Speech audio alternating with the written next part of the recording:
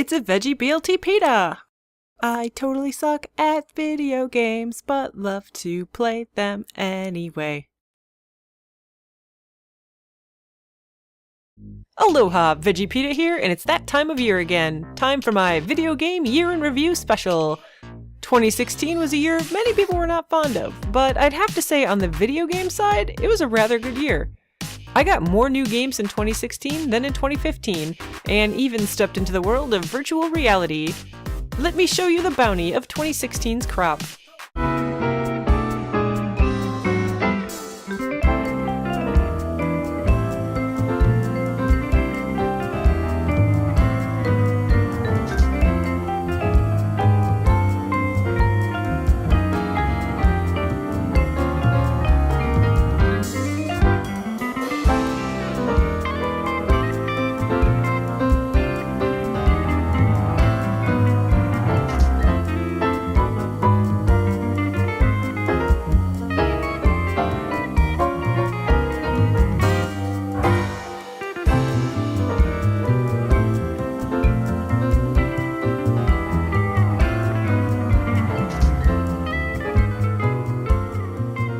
And while we're at it, let's see the games I managed to beat in 2016.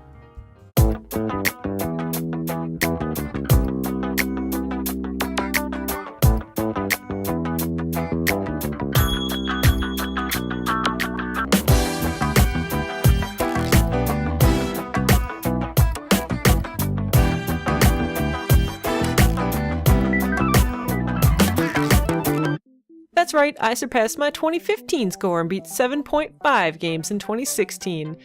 The 0.5 goes to my Horse Prince, because it's a stupid clicker mobile game. But I did get all the CGs in the main campaign, so it counts. Kind of. 2016 actually would have been a fairly light game year for me if I'd been able to resist splurging on the PSVR. I won't wax poetic about VR too much here, there's a whole set of videos I made around Christmas for that. But I will confirm I do not have buyer's regret. VR is cool and I'm into it. JRPGs are my favorite genre of game, so that's what I look out for the most each year. Though I was once again denied Persona 5 in 2016, there were enough JRPG-esque releases to keep me going.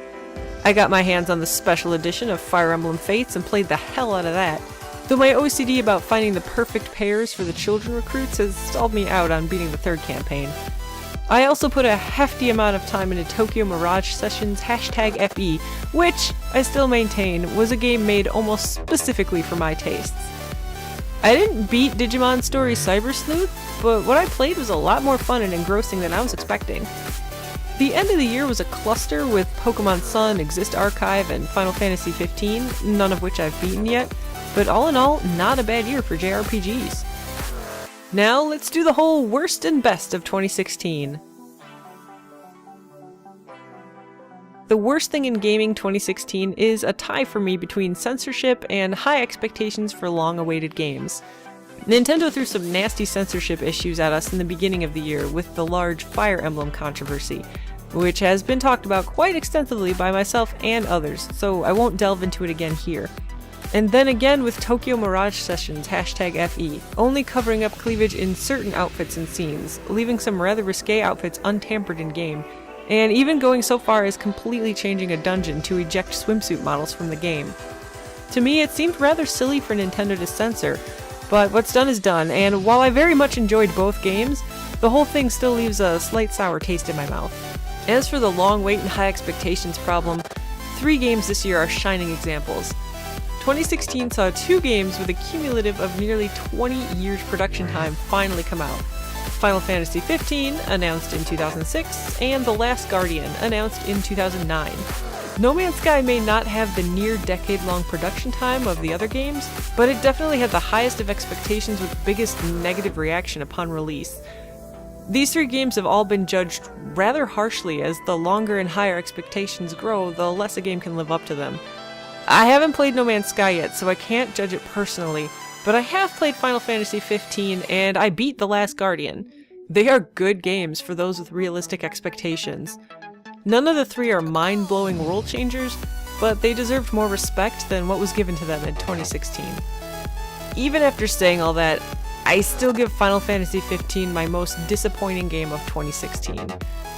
I won't take back that it is a good game, but it's almost nothing I wanted Final Fantasy 15 to be. Let's hop over to some more positive stuff and give out random awards for my favorites and bests of 2016. Game I put the most hours into? Fire Emblem Fates, with over 200 hours between the 3 campaigns, and more to come when I get back into playing it. Game I'll never play but appreciate. Tie between Doom and Titanfall 2. I can't FPS, but I love that they went back to plain old fun in Doom, and I appreciate the well-done single-player campaign added to Titanfall 2.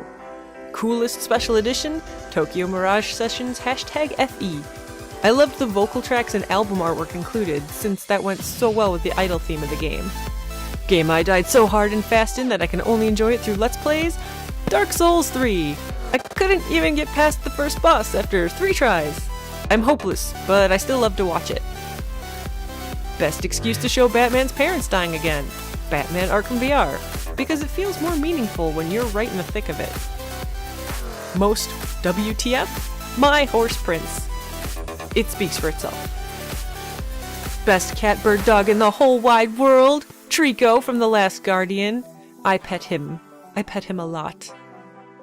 And we'll end with my favorite game of 2016. It was a tough battle, but my love of the Zero Escape series has Zero Time Dilemma coming out on top. Once I put this game in my Vita, playing it was all I did until the magnificent adventure was over. I had Zero Time Dilemma pre-ordered about a year before it even came out. Had to make sure to get the stylish watch to match my others, of course.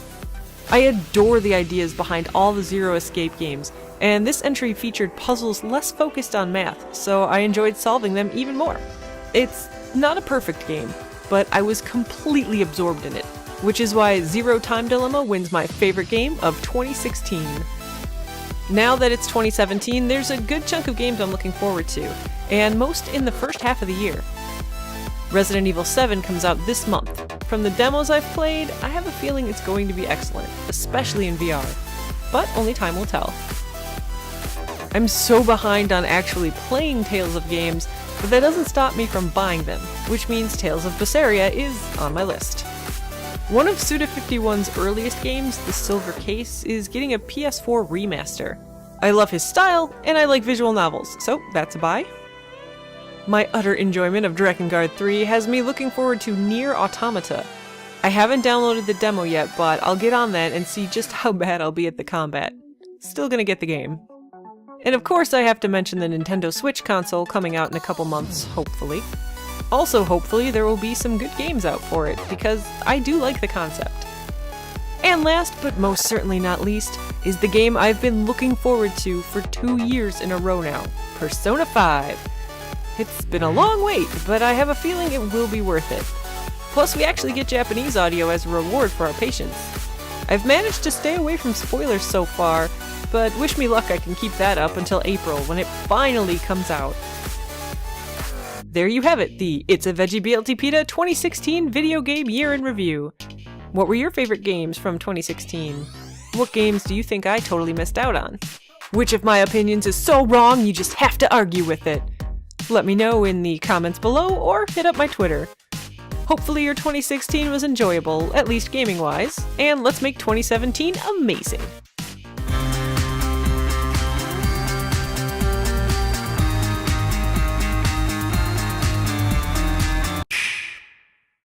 I can now say I have a Nintendo Switch pre-ordered. The Neon Controller Bundle, of course. Kudos to Nintendo for getting Zelda out at launch. That definitely made the Switch an insta-buy for a lot of people. Personally, I'm not in love with any of the games announced, but a future Shin Megami Tensei game, plus Travis Touchdown from No More Heroes being mentioned, has me intrigued for the future.